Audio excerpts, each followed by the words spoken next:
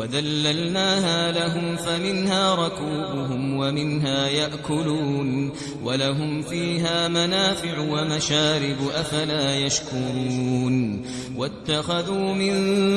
دون الله آلهة لعلهم ينصرون لا يستطيعون نصرهم وهم لهم جند